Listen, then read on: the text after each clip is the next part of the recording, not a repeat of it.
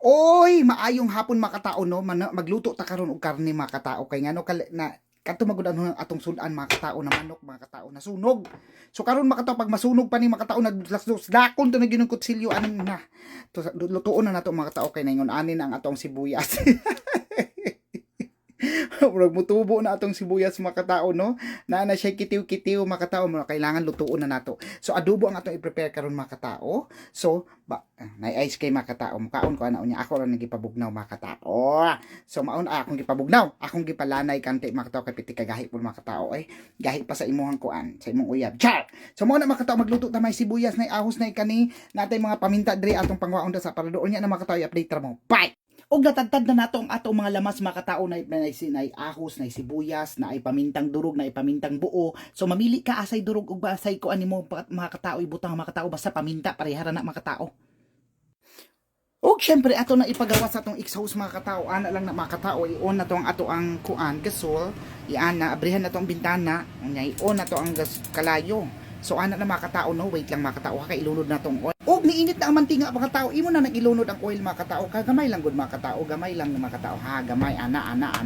Kung madi mo glunod sa oil mga katao, imo na nag-inumon pag init na. Syempre dili, di ba? Tuo pud ay ka. So mag-init na imong mantika mga katao, ilunod na nimo ang imong kamanti, imong kuan, imong ahos, ana mga katao na dili pa init ang mantika no. So kataw-kataw na nimo makatao hantod na mahumok na siya ang mantika mga katao. Pahumukon sila nimo siya mga katao hantod na makuan siya kanang mahimo na siya water.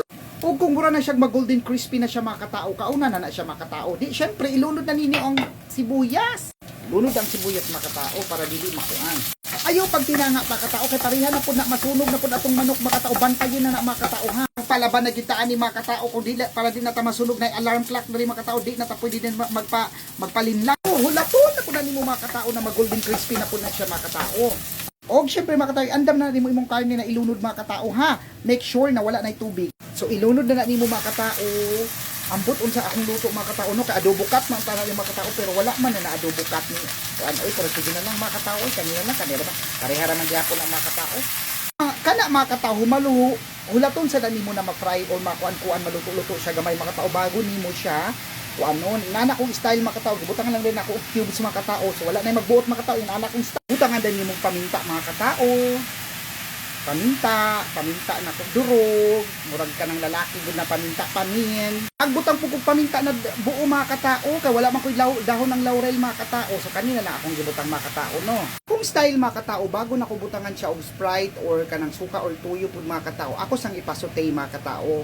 Yung anak kong style na mag-adobo mga katao, way magbuot. Ingon ani mga katao kung mugawas na gani iyang sariling juice sa kuan mga katao, karne mga katao.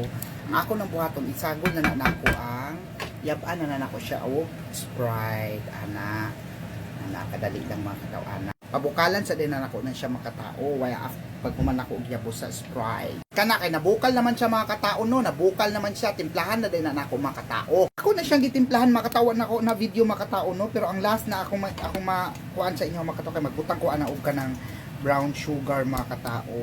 Wait lang mga katao. Nagbutang kog isa ka kuan mga katao, kutsarang brown sugar na naluspad man ang adobo mga katao kay ngano ang akong toyo man gud gamit makatong toyo sa Vietnam.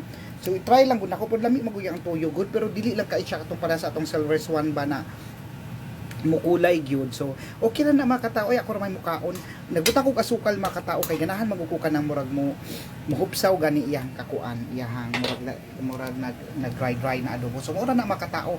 Ang buhaton nato takluban lang sana nato ay na low flame na. Tapos di ta kalimot magpa-alarm mga katao og 2 minutes.